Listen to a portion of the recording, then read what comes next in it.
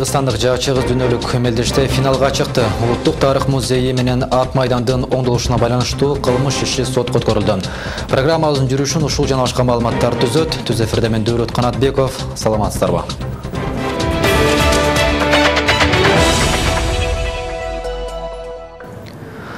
Оор кылмыш жасап соттолуп чыккан адамдардын шайлоого катышуусуна бөгөт коюу боюнча мыйзам долбоору парламенттин биринчи окуусунан өттү. Бул тууралуу Жогорку Кеңештин төрагасы Дастан Жумабеков айтты. Анын маалыматына караганда жакында экинчи окуу болот. Ага чейин эле көптөгөн талкуулар жүрүп жатат. Анткени адамдын кайсы бирине менен кандай шартта соттолгонун дагы жакшылап иликтеп көрүү керек. Алардын саясий тагдырына чечим коюудан мурда жакшылап ойлонуу керек, деди спикер. Төрага тактап кеткендей, ар бир мыйзам долбоору кабыл алынардан мурда коомдук талкууга коюлат. Документ 1 ай бою Жогорку Кеңештин расмий сайтына илинип турат. Андыктан каалаган жаран аны окуп чыгып, өз пикирин калтырса болот. Кыргызстандыктар мусулмандар дин башкармалыгынын эсебине битир садаканы РСК банктан которо алышат. Бул тууралуу муфтият билдирди. Маалыматка ылайык, Кыргызстан мусулмандар дин башкармалыгы менен аталган банк Рамазан айында битир садака берүү үчүн электрондук системаны иштеп чыгыштан. Акчаны мечитке алып келбей, банкомат, терминал же РСК 24 РСК банк мобилдик банкинг аркылуу төлөм жүргүзсө болот. Эске салсак, бул жылы битир садаканы баасы киши башына 35 сомдон 480 сомго чейин эсептелди. Бишкектеги Улуттук тарых музейи менен Чолпон Атадагы Ак майдандын оңдолушуна байланыштуу кылмыш иши сотко өткөрүлдү. Иш бүгүн 28 майда Бишкектин 1-май райондук сотунда карала баштайт. Бул тууралуу жогорку соттон ырасташты. Улуттук тарых музейи менен Ысык көлдөгү Ак майданды оңдоодогу коррупция боюнча мамлекеттик кызматтарда иштеп кеткен 6 адам айыпталып жатышат. Алардын арасында президенттик аппараттын жарандык өнүктүрүү, диний жана улуттук саясат бөлүмүнүн мурдагы жетекчиси Мира Карабаева жана экс-премьер-министр Сапар Исаков бар. Музейдеги коррупция 1 жыл мурда ачыкка чыккан. Кийинчерээк башкы прокуратура аны оңдоп түзүүнү мамлекет бюджет 101,6 миллион сом зыян тартканын билдирген. 27 майда бир катар коомдук ишмерлер менен тарыхчылар президент Сооронбай Жээнбековго кат жолдоп, Карабаеваны күнөөсүз деп эсептей турганын айтышкан. Алар акыйкат сот чечимин чыгарууга бийликти чакырышты. Бишкек жылуулук электр борборун модернизациялоодогу коррупцияга байланыштуу камакта отурган Сапар Исаков буга чейин музей боюнча козголгон кылмыш ишин саясий негизде козголгон деп айткан.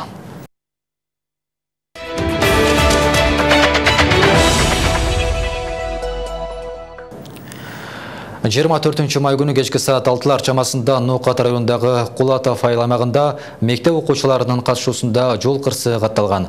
Автоунааны айдап бара жаткан мектеп окуучусу жол четиндеги үйдүн тосмосун сүзгөн.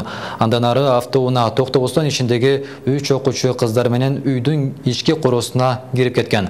Алар ошол күнү Кызылкыя шаардык ооруканасына жеткирилген. Учурда 3 окуучунун абалы жакшы. Ал эми унаанын ичинде калып кеткен окуучу кыздын абалы оор болуп, ал жандандыруу бөлүмүндө жатат. Окуя тууралуу Макбурат Алибаева айтып берет. 24 май күнү кечки саат 6 чамасында Honda үлгүсүндөгү автоунаа дал ушул жердеги көпүрөнү сүзүп, тосмодон өтүп, үйдүн короосуна чейин кулаган. Кулаган автоунаанын жүргүнчүлөрү туш тарапка ыргып кеткен. Автокырсык жүз берген жердеги Кум майдан айылындагы үй ээлеринин айтымында автоунаа короонун тосмосунан өткөн соң мал сарайын сүзүп токтогон. Кырсыкка кабылган автоунаа турган жеринде күйүп баштаган. Honda Jazz үлгүсүндөгү автоунаанын ичинде окуучулар болгон. Алар акыркы коңгуроо аземине даярдык көрүү үчүн Ноокат районундагы базардан кайтып жаткан кездер эле. Кырсык катталган жерде тез жардам кызматы келип, жабыркаган окуучуларды Кызылкыя шаардык ооруканасына жеткиришкен. Ана ошол алмадан учуп келди деп атат, балам айтып атат. Муну көрбөдүм мен. Шол үстүдөн же алма ийилгенби, же үстүгө чыкканбы билбейм. Шондой болуп, анан ол прям эле кышайган боюнча келип анан үстүгө конуп каптыр. Анан муну туруштук бербей, бул бардыгы күп этип жыгылып, ошо жыгылганда чагылган түшкөн окшойт дептим мен. Сурайбы? Чеп кет чыксын майлары деп шуну арчып аткан эме. Кече аяганы уруп койдук, буяны койдук. Балдар келип кече анан ким эмес бүтүрүп кетти. Учурда Кызылкыя шаардык аймактык ооруканасынын сынык жараат бөлүмүндө жаткан 3 окуучунун абалы дурус. 2 кыз жана рулдагы баланын баш мээси чайкалып, колдору жана буттарынан жеңил жараат алышкан. Жамгырда машина аркасы тайып кетти даган. кирип кетти чекеге. Тайып кетип, ошо кирип кетип. Ошондой болду. Ошо мен лентага барып, лентаны алдым даган үйгө кайтайын деп аттым. Анан жамгыр жауып атып, кыздар ташап кой дешкен, ташап коеюн деп чыктым. Ал эми автоунаанын ичинде калып кеткен кыздын абалы оор. Ал азыр жандандыруу бөлүмүндө жатат. Кыздын таз сөөктөрү сынып, баш мээси чайкалган. Оор абалда жараты бедро жоон сандан сынган, ошондой эле таз сөөктөрү сынып ордунан жылып кеткен. Келечекте буюрса жакын күндөрү даярдап турган аларды операция кылышыбыз керек.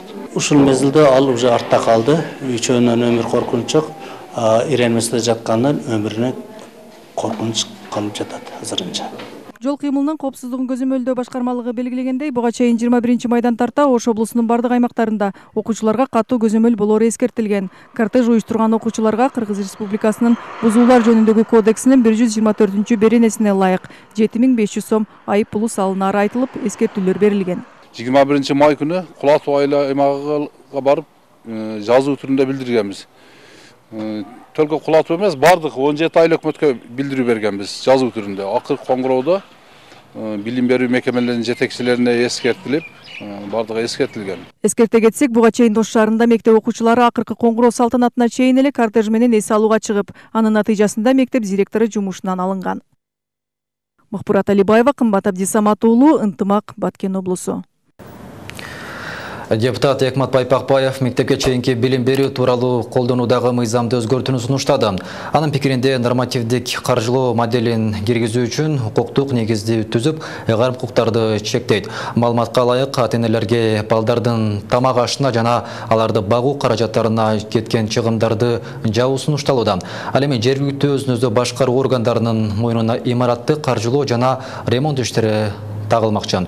Депутат сурамжылоонун жыйынтыгы боюнча респонденттердин 62% балдардын тамак ашын ата-энелер төлөшү керек дегенге макул дейт. Сумма күнүнө 36 сомдон 75 сомго чейин айтылууда.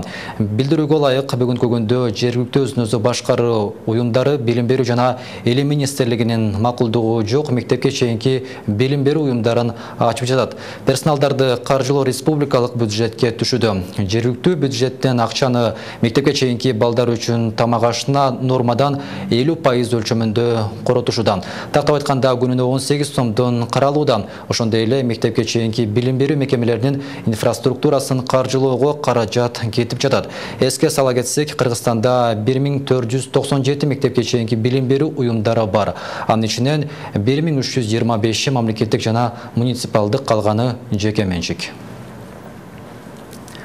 Президент Сооронбай Жээнбеков жакын күндөрү иш сапары менен Казакстан, Индия жана Сауд Арабиясына барат. Бул тууралуу президенттин аппаратынын тышкы саясат бөлүмүнүн башчысы Данияр Сыдыков билдирди. 28-29 майда Казакстандын Нур-Султан шаарында мамлекет башчысы жогорку Евразиялык экономикалык кеңешинин мааракесине катышат. 30 майда Индиянын премьер-министри Нарендра Модинин чакыруусу менен Индияга иш сапары менен барат. Анын жүрүшүндө индиялык лидердин инаугурациясы аземине катышат жана эки тараптуу сүйлөшүүлөрдү жүргүзөт. Мындан тышкары 31 майда эки ыйык мечиттин көзөмөлдөөчүсү Сауд Арабия королу Салман бин Абдель Азиз Аль Саудтун чакыруусу менен Сауд Арабияга учат жана Мекке шаарында өтө турган Ислам кызматташтык уюмунун 14-саммитине катышат. Эми спорт жаңылыктарынан Кыргызстандын белгилүү жаачы кызы Асель Садырова ушул күндөрү Туркияда өтүп жаткан Фетих Султандын кубогуна арналган мелдештин финалына чыкты. Бул тууралуу өлкөнүн Салбурун федерациясынын президенти Алмазбек Якунов өзүнүн Фейсбуктагы баракчасына жазып чыкты. Анын айтымында Асель бүгүн 28 майда туркиялык жаачы кызы менен финалда ат салышат. Баары болуп Туркияда өтүп жаткан ири турнирге 60 мамлекеттен мыкты жаачылар катышкан. Ошондуктан ал дүйнөдөгү эң чоң мелдештердин бири болуп саналат. Эске сала кетсек, Асель Садырова ысык көлдө өткөн 3-чү дүйнөлүк көчмөндөр оюндарында алтын жана коло медалдарынын ээси болгон. Мына ушундай жагымдуу жаңылык менен программабызды жыйынтыктайбыз. Дагы башка маалыматтар Ынтымактын өздүк сайтына да жайгаштырылат. Сайтыбыздын дареги Ынтымак ШКТ.